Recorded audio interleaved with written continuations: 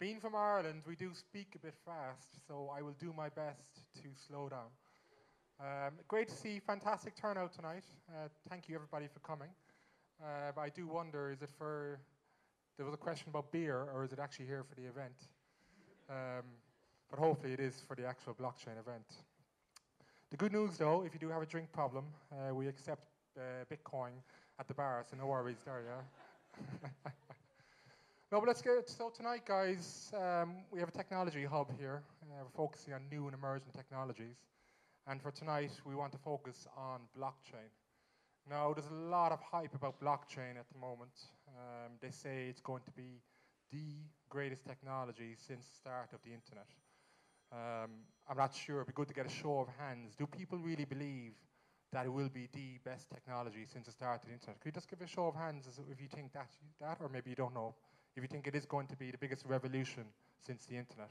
Could you just put a show of hands, so people who think it will be? And if you don't know, no, don't worry about it. So yeah, I can see maybe about half the people think that it will be. Well, tonight we're going to go more into detail to discuss about blockchain, learn more about it. A lot of people associate blockchain with cryptocurrency, Bitcoin, but there's actually a lot of business cases that we can apply blockchain to. And this is why you see all the hype. Obviously, the banks are investing very heavily in it. I believe Gartner said that we're going to have an investment of 2.1 billion in blockchain technology this year, which is quite impressive. There's a company in the US called R3, which is a mixture of that. It will be a revolutionary technology for the future. So the concept tonight, guys, is that we're going to start with some presentations. So we have Martina, who will, our lawyer specialist in IT and blockchain. We then have Amit, who presents a lot on IT and blockchain technology and helps come a lot of big discussion at the moment. How do we protect our data? How do we trust it? Well, the whole point of blockchain is that it's completely secure. You own your data and you can give that data access to who you want to give it to.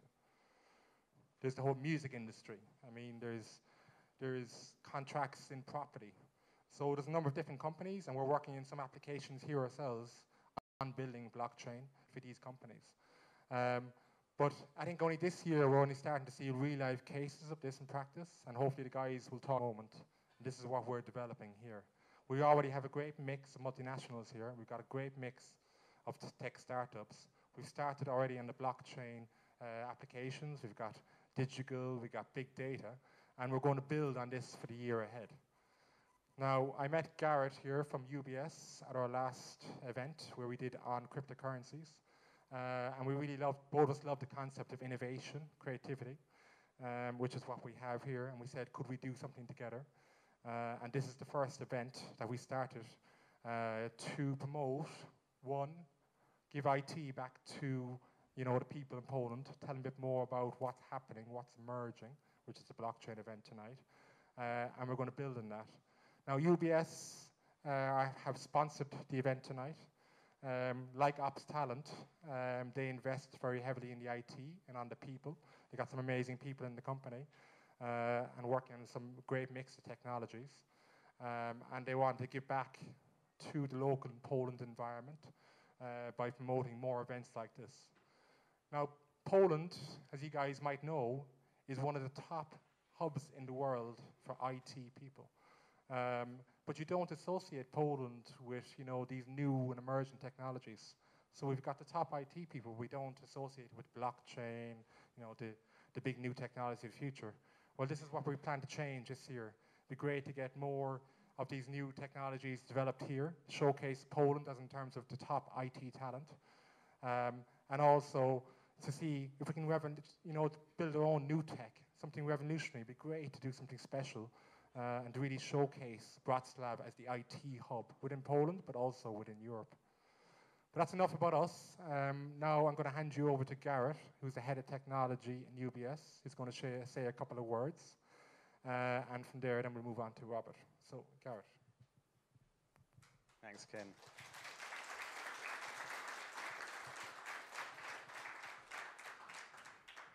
Thanks, Ken. I assume you can hear me okay. I'm actually the head of Poland technology for UBS. I'm not the head of the whole of technology for UBS. That's a pretty big role. But thanks a lot, Ken, for the intro. It's a real pleasure to sponsor this event here today for UBS. And thanks to the Ops Talents guys for your organization, for hosting the event. Thanks to Camilla, to Kasia, to Anya, to Malvina for all your organization. A lot of people put a lot of hard work in. So thanks to everyone. So UBS, you probably know UBS as a bank. I would like you to think of UBS as a technology company. So UBS globally have 60,000 employees, but in our technology department, we have 25,000 employees. And if you compare that to a company like Facebook, they also have 25,000 employees. So our technology department is the same size as Facebook. So as a technology company, innovation is very important to us, and it's very important that we innovate and that we refresh ourselves and that we stay competitive. So it's with great pleasure, really, that we welcome Rob Jones from our Innovation Lab here today in Wrocław. Martina, sorry, that's my mistake. No worries. I know we're not going to start with Rob. We're moving on to Rob. But Rob's going to talk a little bit later about what UBS do with innovation. So all the usual suspects you can expect, so automation, artificial intelligence, machine learning, big data, cloud, but blockchain as well. And UBS has always been, I think, in terms of the large financial corporations, one of the front runners of blockchain innovation. We really saw the opportunity to disrupt that this technology had 3 years ago. And we've been working a lot with blockchain in our innovation labs over the last 3 years. So I hope you all look forward to Rob's speech later, and indeed all the other speeches. Thank you very much.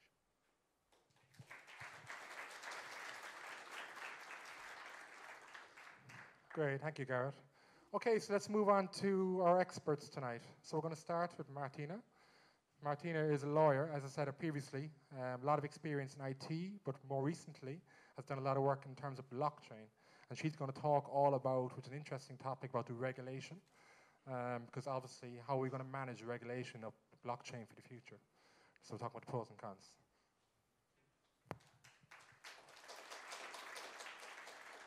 Hello everyone, I'm glad to be here.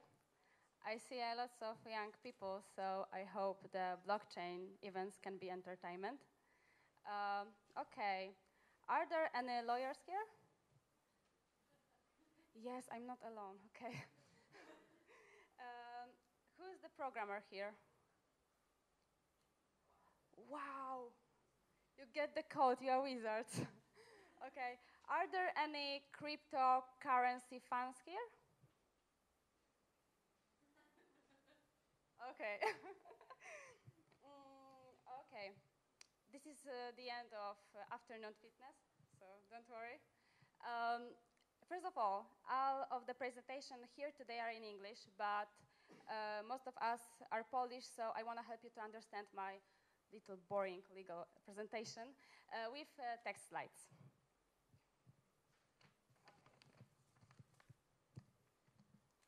What you should know about blockchain. Blockchain technology offers great processing power, high precise rates, and possibility unbreakable security, and highly reduced cost compared to the traditional systems. The technology could replace such as settlement, trading, or accounting system. So, in general, in short words, blockchain is a decentralized technology, or distributed ledger on which transactions are anonymously recorded.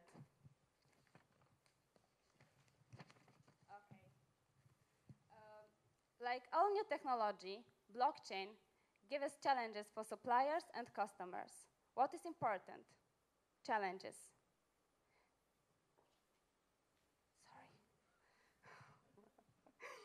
Blockchain database grow rapidly in size as new transactions are written.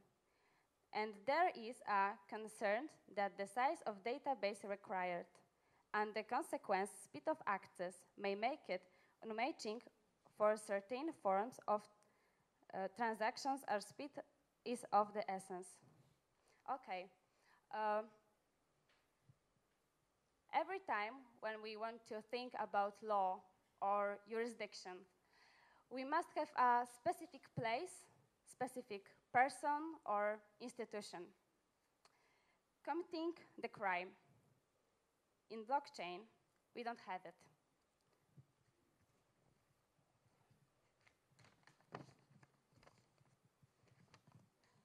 Okay. Every time when I talk with other lawyer about blockchain technology, always we have three difficult issues. There is nobody responsible. We don't know which country's law we should obey, and it's not district control. Jurisdiction. So, blockchain has the ability to cross jurisdiction borders. It's like the internet. Blockchain can be located anywhere in the world. The contract is different across jurisdictions, so the identification of growing law is important.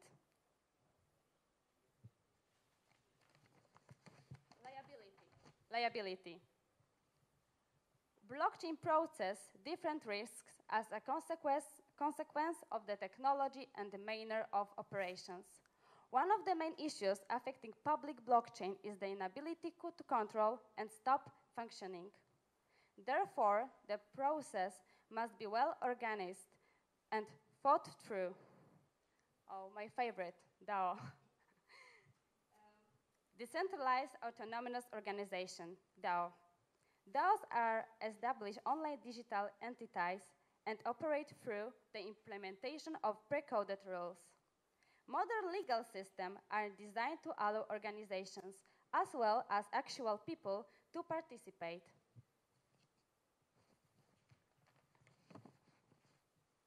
Since the DAO's management conducted automatically, legal system will have to decide who is responsible if laws are broken. And there's a two question. What, if any, is the liability of DAOs and their creators? Who or what is claimed against in the case of legal dispute? So, in my opinion, courts and regulators are unlikely to allow the wholesale adoption of technology which bypasses established oversight. Does anybody know what a smart contract is? Okay. That's enough. Okay. So, in general, a smart contract is a computer protocol intended to digitally locate, verify, or enforce the negotiation of performance of a contract. Smart contracts allow the performance of credible transactions without third parties. Smart contracts are blockchain-based contracts which are automatic and executed when the specific criteria coded into the code meet. Execution over the blockchain network eliminates the need for other parties to confirm the transactions, leading of self-executing contract provisions. Since the point of such blockchain is the decentralized authority, there might not provision for an arbitrator to resolve any problems that arise over a contract that is executed automatically.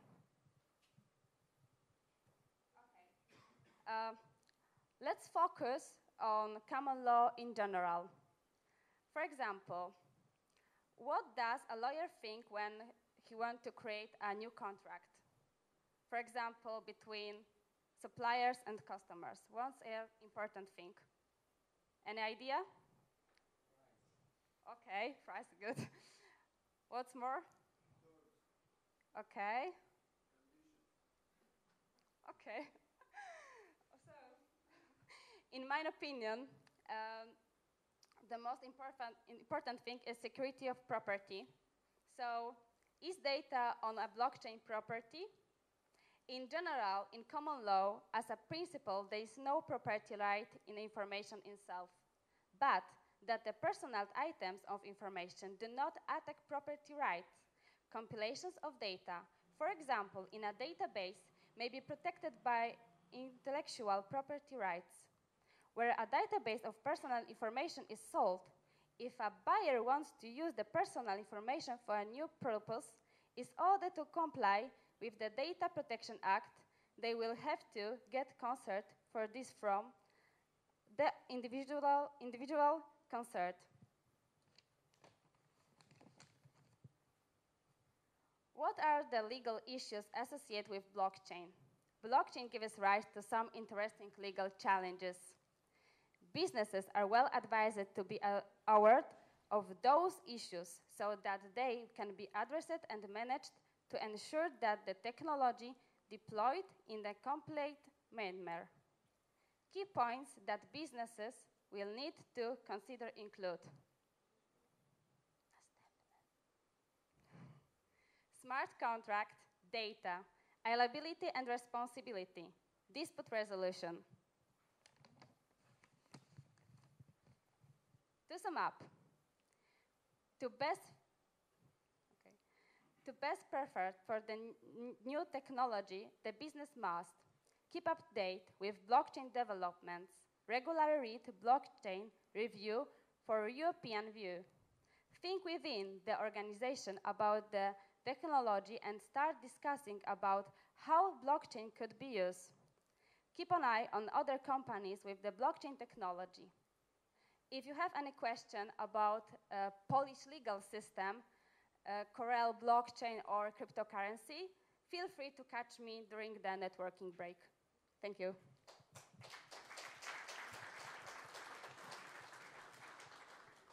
Great, thank you, Martina. After the presentations, guys, we're going to have a question and answer session. We're just going to talk with the guys about, blockchain, about the challenges. And Martina definitely wanted to let me know a bit more about the challenges of regulation and, what country is applied to. Yeah, no, exactly. But before that, we have Amit, who's the CEO of IT Key Media. They do a lot of work in terms of finance and in blockchain companies. Amit does a lot of events. I see on his LinkedIn and Facebook. He's a busy guy, very popular. But tonight, he's going to talk about decentralization, because the whole idea, concept around blockchain is that it's about decentralization. Everything today is centralized databases. That's where we store all the data. Companies maintain data. Google control all the data because it's stored in one location. What's going to happen in the future when everything is decentralized? What's the impact of this? But I'll leave Amit to discuss this further. Thanks, Amit. Thank you. So good evening, everyone. Can everybody hear me? Even in the back? Okay, very good. First of all, I want to say thank you for all the organizers and everybody who just managed to make such a good event. I just see a lot of familiar faces. That's also a very good thing. I'm always happy to be in Wrocław. I'm just going to have a little bit of a different approach into what we're trying to talk. But first thing first, I just want to know how many developers in the blockchain do we have here? We don't have any blockchain developer. Good. Just wanted to make sure. I'm just going to go between the end of the spectrum. And how many of you have never, ever heard of anything about blockchain? Good. I have some very honest people in the back. I'm just going to start, before even talking anything about it. Can anybody in the audience try to tell me what the blockchain is? Just don't be shy, one person. Can somebody just raise their hand? I just want to have two people, two brave people here. Can you just say that? If you can be loud, that would be even better. The chain of the blocks. So the blocks are pointing to each other, and whenever you find the longest chain, you're sure that's the one you are interested in. Great. So a chain of the blocks and fighting for basically having the longest chain. Someone else? Anybody just? I think it's just a common database. It's just a common database. Thank you very much. Something from the honest guy in the back again.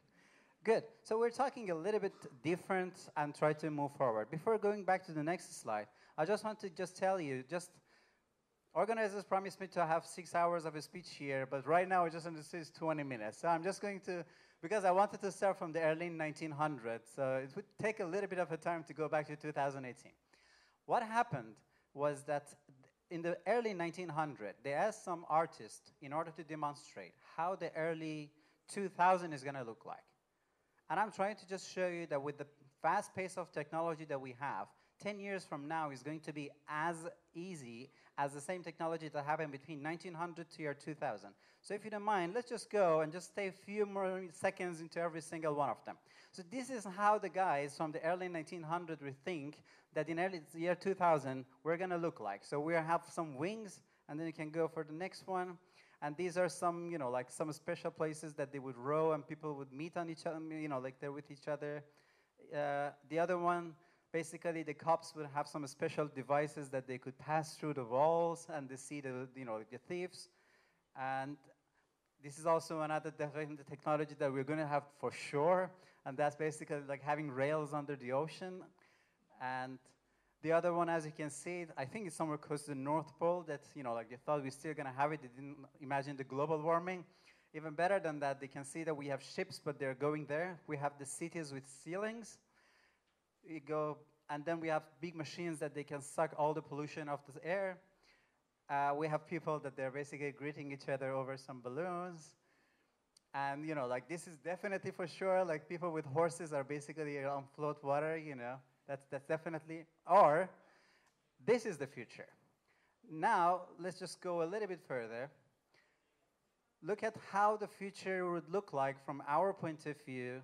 You can still go further than that, to what they had before. Just, what is the difference, guys?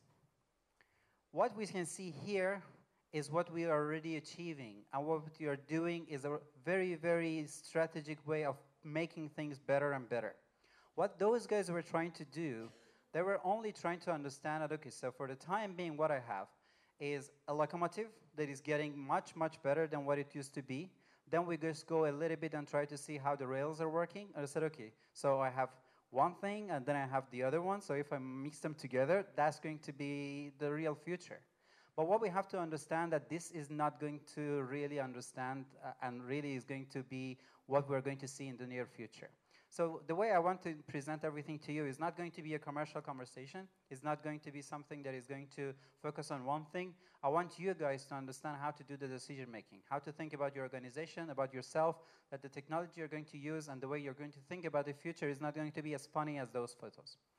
Again, because I had 6 hours of talking here, now I'm just going to go even further than the year 1900. I'm going to go to 2,500 years ago.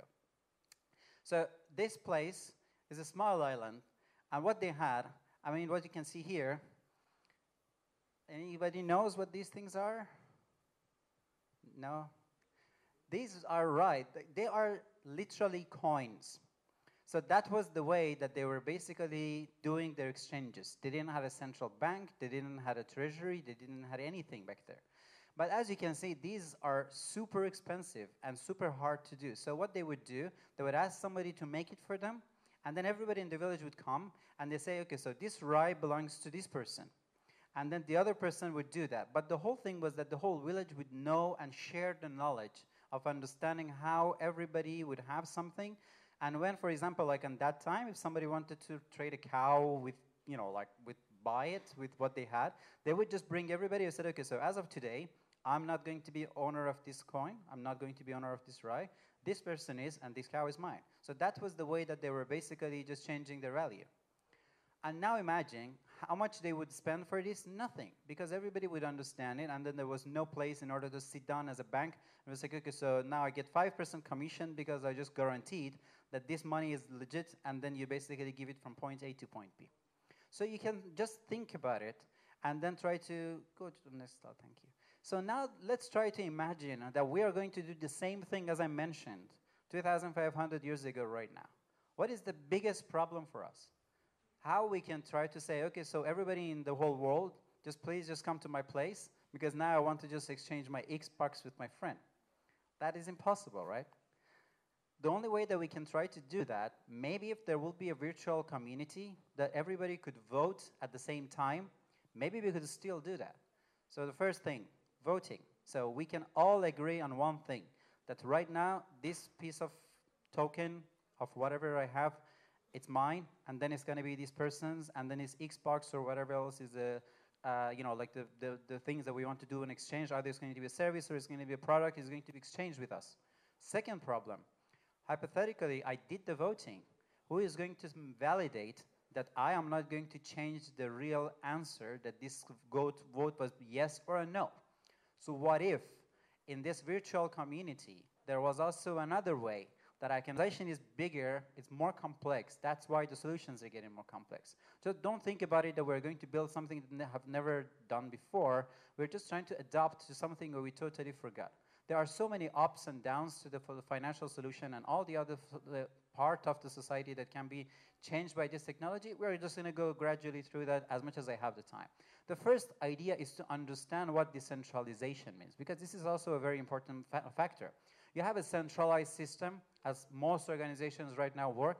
So once you're not going to have the center, all the communication is going to stop, because everything is in one place, and if that one place is going to be hacked, is going to be attacked, is going to be cracked, so many other faults that is going to happen, the whole organization is going to stop working. Then what you can do is you can decentralize it. By decentralization, still there is a problem. Because once you decentralize things, still if one of those points are going to be broken, still half of your organization is not going to work. And if you think of organization as a whole, even if 25% is not going to be functional, the organization is not functional. But if you think about an organization as a distributed, let's think about which part of this organization is the part that if I would attack, I can stop this organization. It's close to impossible. It's harder to do that. But at the same time, if you think about it, then the decision-making would be complicated. Why? Because in the central part, it's a command and order. I ask everybody to tomorrow change the color of the walls to something, and that's what I said. So it's much easier. But if you go back to my conversation, now you understand in a distributed system, what you can do is that you can vote online, and then you can understand it. So the decision-making can be much easier on the distributed part. So, next one, thank you. The other part is about trust. How many of you right now can try to give 200 zloty to the next person next to you without even just saying, you know, like just blinking for it? This is a society we live in. Oh, you could do that. Because can you sit next to me maybe? This is the problem. This is not a problem of fixing the trust. This is not a problem of, okay, so between every single one of you, you're going to have one lawyer, and then she's going to sit all the time there. Anytime you want to have something, you can do that. If you think about the society that is going to work by itself, you literally need to have one of those lawyers next to you if you really want to trust the next person next to you. But what if the system is going to be trustless? It's the same kind of ideology as like being anti-fragile. It's not about something that is not going to be able to break. It's by breaking is going to be even work better. It's a technology that basically you don't need to trust the person next to you because they can't lie. I give you 200 zloty, it's totally fine. But then you have to tell everybody that I gave you 200 zloty, so I'm totally safe with it. This is the system that we want to break. So once the whole idea that you're going to have for exchanging any format of value is going to be in a system that you don't have to trust the other system because you can trust in the system, not in the components of the system, then you are going to basically work without any problem. One problem that we have in the whole world of blockchain and cryptocurrency, and it was like, okay, so you bought Bitcoin, but are they original or like, you know, like the Chinese can make another one? And it's like, that's the first thing that you have to get out of your head. It's not about that the blockchain is Bitcoin or Bitcoin is blockchain. It's about the whole idea that we're talking about one ecosystem, that every single piece of the ecosystem, once it's there, you don't have to trust the manufacturer this time. Now is the time that you can say that because it's inside the blockchain, now I can try to just take it because it's there. That could work with the same with your medicine. Right now, you just go to the black market and they just give you a medicine that is much cheaper, but you can't trust them. So you go there and spend 10 times more money, buy the same thing just because you can trust them.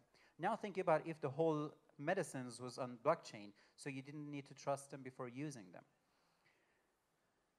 Another thing that is also making a lot of people scared of the whole idea is that, oh my God, like, so everybody like is anonymous and nobody knows anybody, so it's going to be a black market and people are going to buy guns and people are just going to destroy everything. But again, think about it. How many of you can read this number? I mean, as an engineer, even I can read it because this is like, these are barcodes. This is barcode 129. I can sit down and try to tell you in how many minutes I can say that. But funnier than that is that you have barcode readers. That's an ISBN. It's not the matter of you don't know who the person is behind it, or in this case, what the book's name is. It's just the way that you don't have to say the name of the book, that you misunderstand the name of the book with the name of the other book. It's a way of understanding the name of the book without misunderstanding. So this is the real idea behind the anonymity of the whole blockchain idea, is that you make a code on top of it that people would not misunderstand Mr. A with Mr. B. And that is the way they try to do that. So you can always trace it and understand it. And the trust that you have with these people is even much better than that. So the whole KYC and anti-money laundering that you have on the whole world of blockchain is much better than even on the fiat currency. So yes, we can talk about the details of how you can basically make the blockchain really anonymous, but those are not the things that they are mainstream at what we want to do. The other point is about the whole idea that how we can try to basically put this out of the black and white. So we would say that some people are treating the blockchain like a normal usage, the same way as you have it with the bank. A person would try to open a bank account and they see that they have some connections to the terrorists and everything, and they stop them.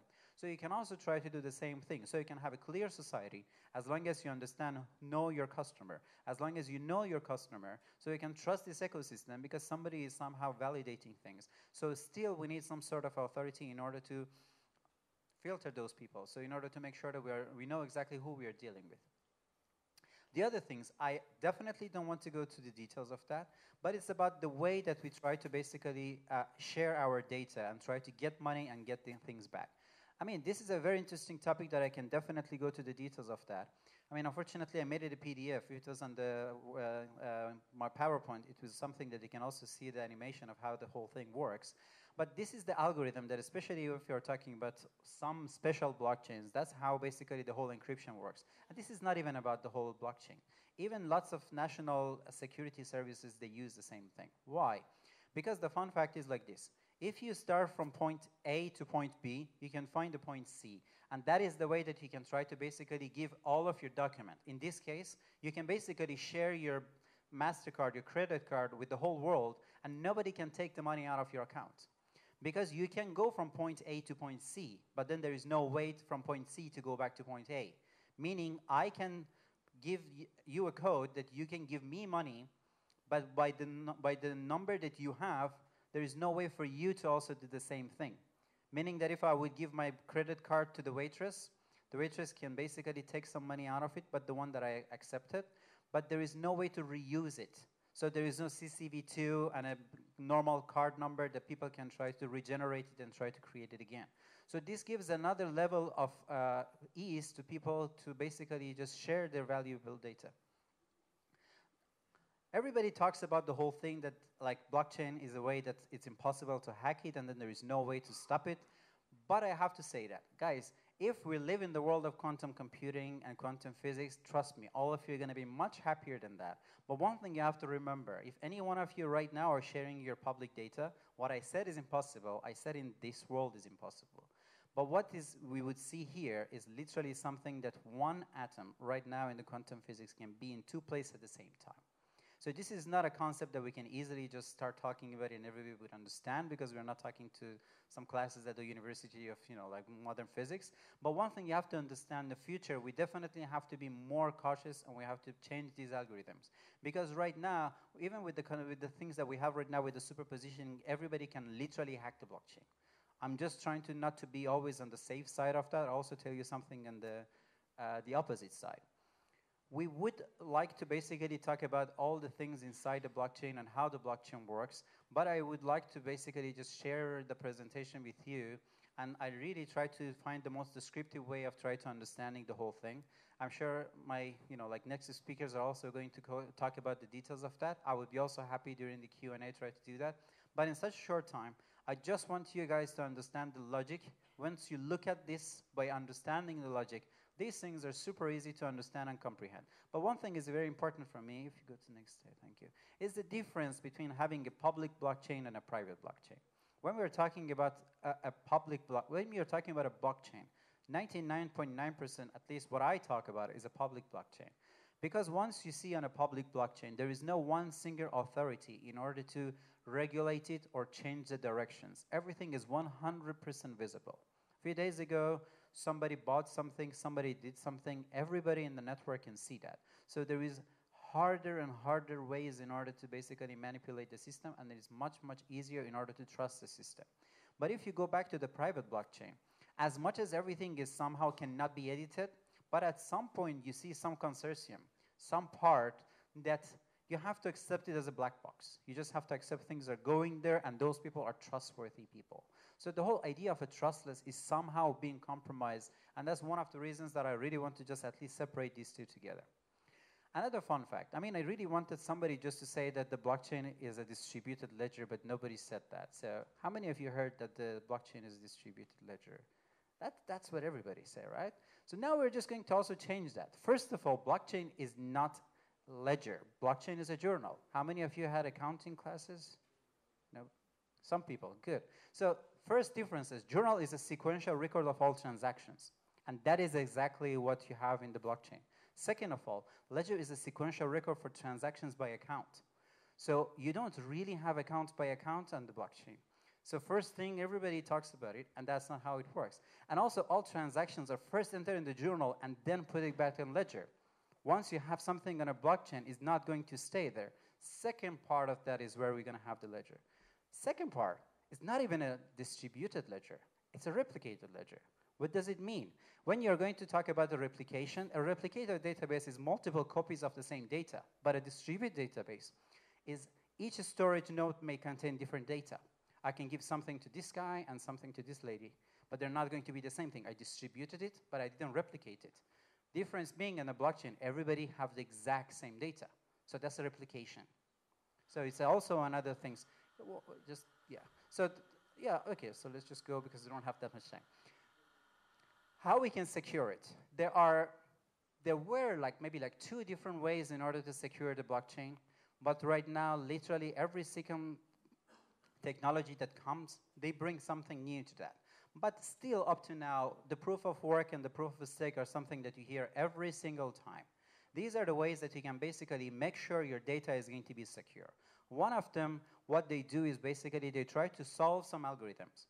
By solving those algorithms, you basically make sure that what our friend said about having the longer chain, that first of all, the blockchain is not going to go too fast, so we are going to stop the hard forks. That again, this is another complicated things that we can talk about it maybe in the Q&A. But on the other hand, we can also try to make sure that the technology that we have is something trustworthy. If you're going to talk about the staking, it means you basically keep a part of that. And because of you being a part of the community, you can basically validate it. I'm trying to oversimplify it just to basically just talk about something that needs hours and few seconds and try to move forward.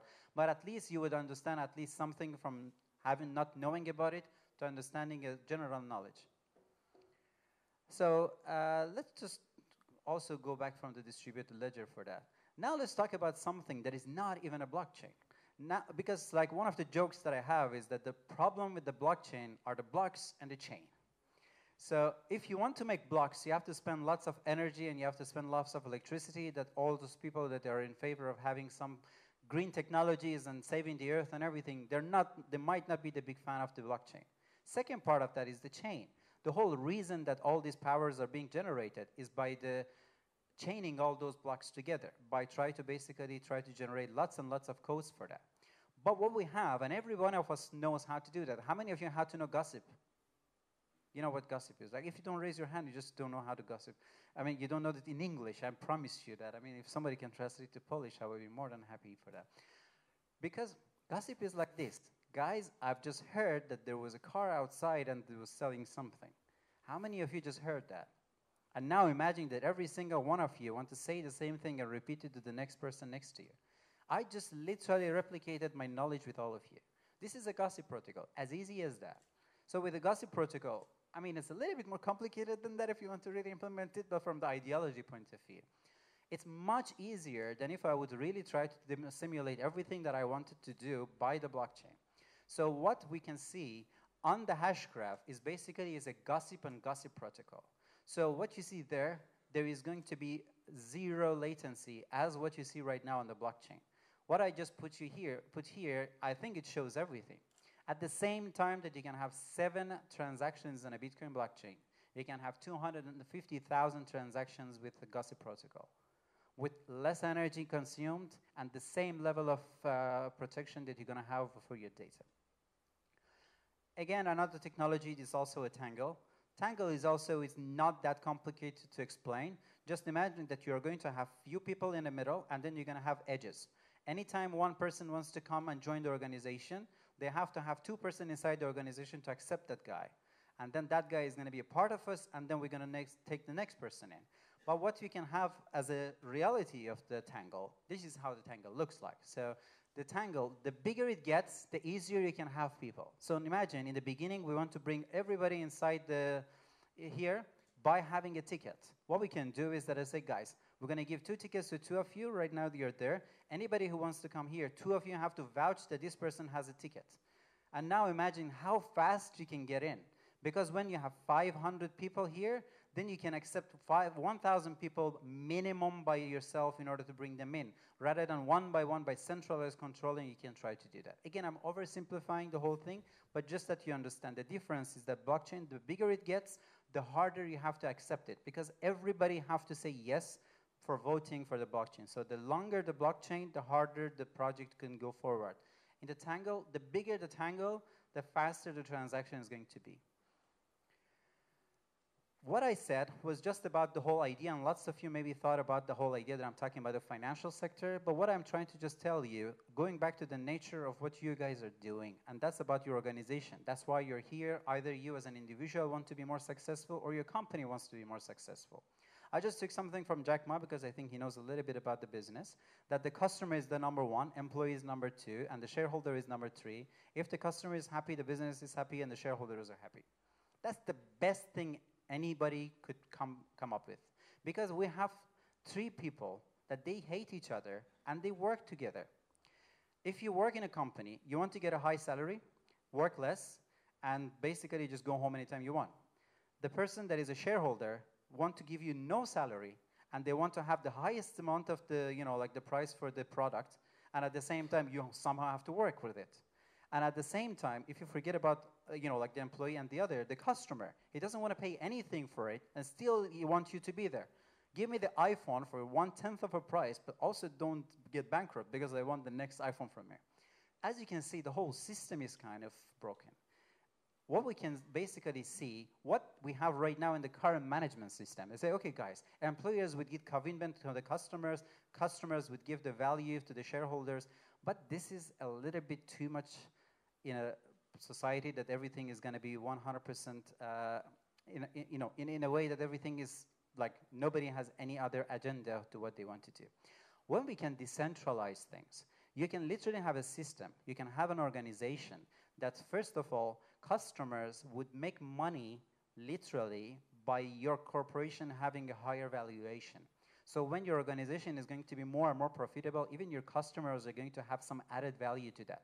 So when you produce your customers, you produce your product or your service, they are happy to support you, because the better they support you, the better their part of the system would work. I really don't want to go back to the whole the crypto economy, because again, that's a very large like topic, and it's like we have to go through the details of that. But just understand that that triangle that I showed you, the best way to fix it is by decentralization. When we're talking about decentralization, you don't think about it from 0 and 1. That's how I try to do that. I have to give the full credit to Vitalik, because I basically put it out of his conversation, to understand how you can literally understand the decentralization. You can have something decentralized from the logical point of view, from the architectural point of view, and also from the political point of view. You can just take a look at the whole thing and try to understand it. Let's talk about democracy. Next time somebody said they don't like decentralization, just try to ask them if they also like democracy or not, right? In a democracy, what you can see here is that you basically are going to have a logical centralized ideology. So everybody would understand the idea of the democracy is always something fixed. But at the same time, the political decentralization. 2 countries, they are both thinking about democracy at the same time, but they have different type of democracies, right? But at the same time, from the architectural point of view, one person in a government would just say that this is democracy, this is against democracy.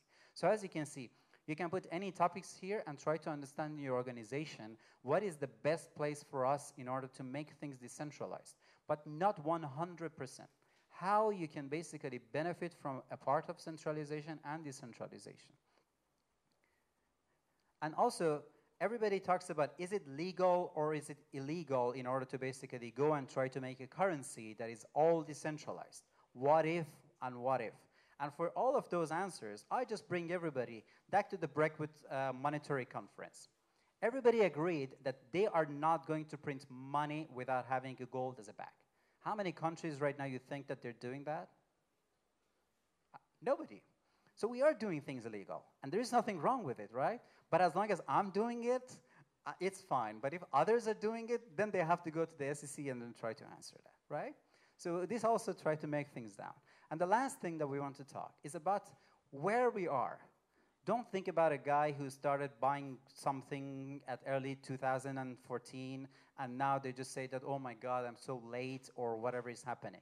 First of all, we're not talking about a way of making you rich. We're talking about a way that you're going to have a better way of life. We are in a very, very early stage of adopting what we have into a new technology.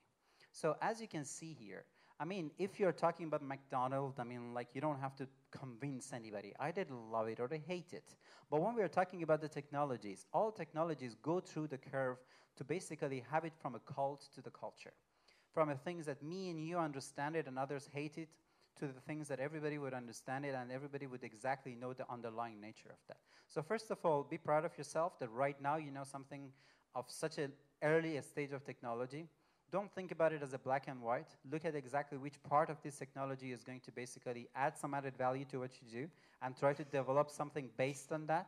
And if you don't know something, to be honest, I'm just trying to say it in front of all the audience and in front of all the organizers. Conferences are not the only place to understand things. You first have to read books. You first have to understand the underlying technology, then come here and polish those ideas.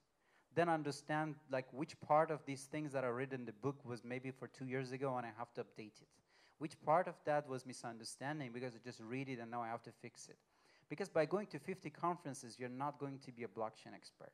But when you're a programmer and then you go to a programming conference, you come back with lots of ideas for your work and try to keep it like that. Lots of people, they come on stage and talk about some half a minute, 40 seconds of talking about the blockchain technology, and then the rest of that, they're selling their own products and their own services. And be careful, because that's not the way that is going to basically bring value to you. Any technology needs mass adoption. So they bring some cocktails and some free food and everything, not because they want to give you something, but rather they want to have mass adoption. We're very happy about it because it's really, really interesting for me to have a bank in order to bring these things to you. And this is the thing that you have to make sure that this is not that kind of places. But when you see a company that they have an ICO, they try to talk about their platforms and they also give you the same kind of things to talk about the blockchain, you have to understand if you're the product or you're here in order to basically add some more knowledge to that. And because we have lots of these noises in the ecosystem, you have to be very careful to somehow have this kind of a filter between when you're really getting the information and when you're just being sold as some sort of like a mumbo jumbo of some commercial information that is not going to bring any value to you. So with that, I just want to say thank you. I think I went a little bit, like 1 minute more. Yeah, so just a little bit on the dot. So thank you very much for everyone. I think we're going to have some time later for the Q&A, and then I'm just here for the questions. Thank you.